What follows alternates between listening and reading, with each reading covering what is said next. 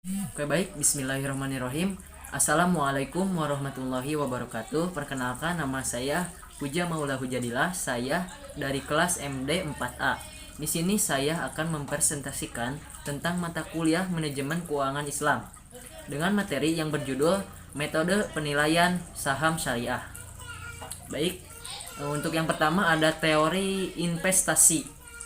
Teori investasi adalah penempatan uang atau dana dengan harapan untuk memperoleh tambahan atau keuntungan tertentu atas uang dan dana tersebut. Nah, selain itu, investasi juga berarti mengorbankan dolar sekarang untuk dolar masa depan. Artinya menanamkan modal sekarang untuk modal masa depan. Nah, itu pengertian investasi. Lanjut, sedangkan kegiatan investasi ini adalah merupakan kegiatan menanamkan modal baik secara langsung maupun tidak langsung, dengan harapan pada penanaman modal tersebut nanti pemilik modal memiliki keuntungan dari hasil penanaman modal tersebut. Nah, proses keputusan investasi ada 5 tahap. Yang pertama, menentukan tujuan investasi. Nah, sebelum kita akan investasi atau menanamkan modal, kita harus memiliki tujuan investasi terlebih dahulu. Nah, yang kedua, membuat kebijakan investasi.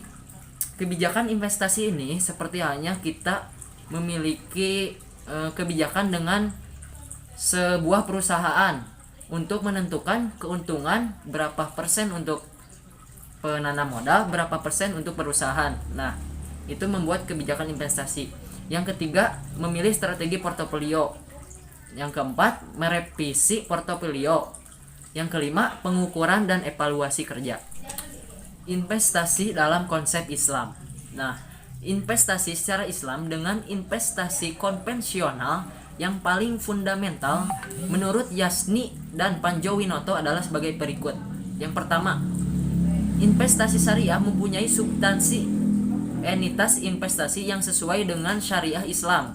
Nah, jadi investasi syariah ini mempunyai substansi entitas investasi yang sesuai dengan syariah Islam. Yang kedua, investasi syariah mempunyai cara untuk mentransaksikan substansi entitas investasi yang sesuai dengan syariah Islam. Jadi investasi syariah ini memiliki mentransaksikan substansi entitas investasi sesuai dengan syariah Islam.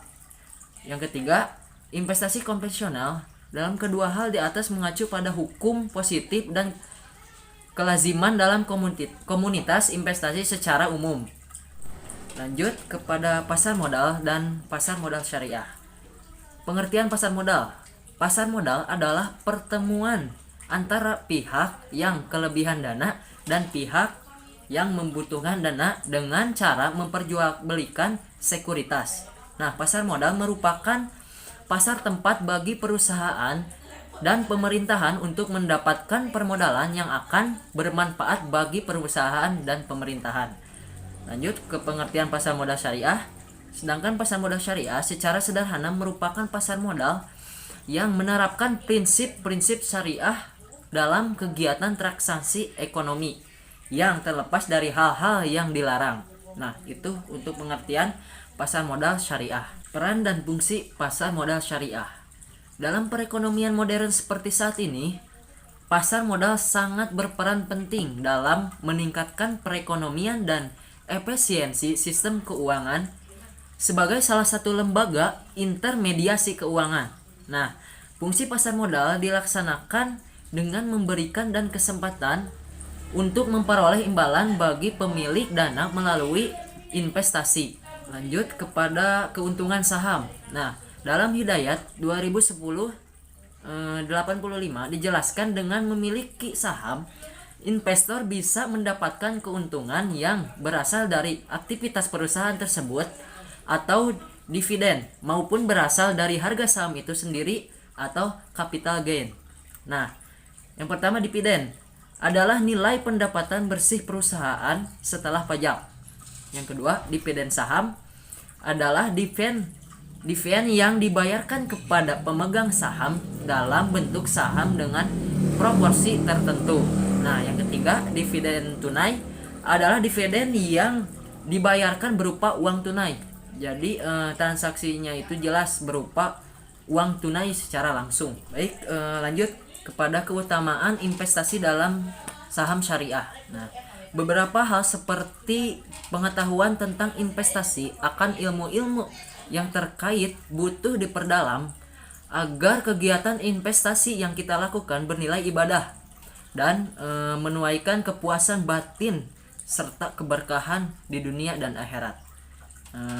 Hal tersebut juga telah dijelaskan oleh Allah Subhanahu wa taala dalam Al-Qur'an surat Al-Baqarah ayat 261 yang artinya, perumpamaan nafkah yang dikeluarkan oleh orang-orang yang menafkahkan hartanya di jalan Allah adalah serupa dengan sebutir benih yang menumbuhkan 7 bulir. Pada tiap bulir-bulir tersebut terdapat 100 biji.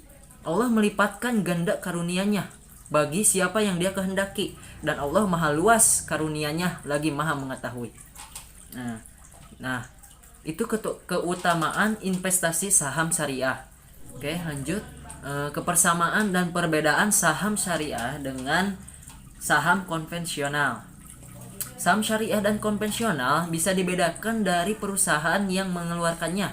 Selain dari segi perusahaannya, hal lain yang membedakan saham syariah dan konvensional terletak pada cara berdagangnya.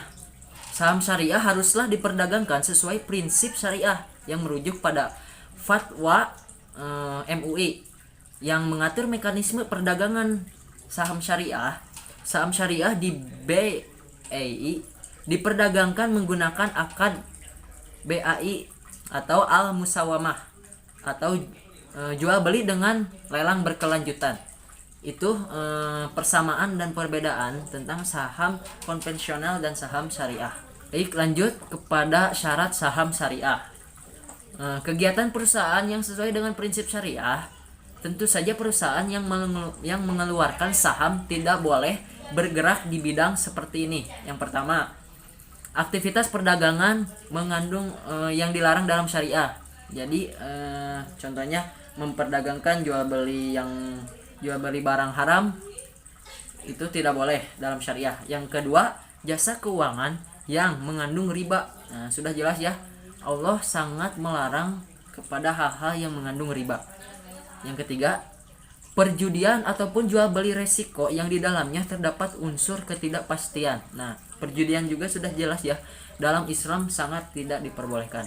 Yang keempat, memproduksi atau mendistribusikan, memperdagangkan dan menyediakan barang jasa yang haram.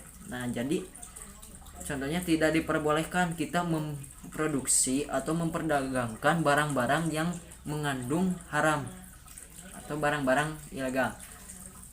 Yang kelima, transaksi dengan unsur suap. Nah, transaksi dengan unsur suap menyuap ini sangat tidak diperbolehkan. Yang selanjutnya, total utang yang lebih kecil dibanding asetnya. Jadi utangnya itu lebih kecil daripada hartanya. Nah, itu termasuk syarat saham syariah. Yang selanjutnya, pendapatan non halal yang lebih kecil dibanding pendapatan usaha. Saham milik perusahaan terus terdaftar di daftar efek saham atau DES. Sebelum suatu saham berkriteria syariah dari perusahaan umum bisa masuk ke dalam daftar efek saham DES. Nah, itu urutan-urutan untuk syarat saham syariah. Oke, lanjut kepada prosedur kepemilikan saham. Nah, yang pertama, pemegang saham penjual terlebih dahulu memberitahukan kepada perusahaan. Yang kedua, mendapat persetujuan dari organ perseroan yang lain. Yang ketiga, pemegang saham penjual terlebih dahulu harus menawarkan sahamnya kepada pemegang saham lain. Yang keempat, dibuat dalam sebuah akta pemindahan hak, baik dibuat di hadapan notaris atau akta bawah tangan. Yang kelima, akta tersebut disampaikan secara tertulis kepada perseroan. Yang keenam, direksi melakukan pencatatan. Dan yang terakhir, direksi mengirim surat pemberitahuan perubahan susunan pemegang saham kepada materi selambatnya 30 hari sejak dilakukan pencatatan oleh direksi. Oke. Baik, itulah tentang materi metode penilaian saham syariah. Oke, mungkin itu presentasi dari saya tentang materi metode penilaian saham syariah. Kesimpulannya, marilah kita tanamkan ketika kita akan menanamkan modal kepada sebuah perusahaan dengan metode saham syariah ini.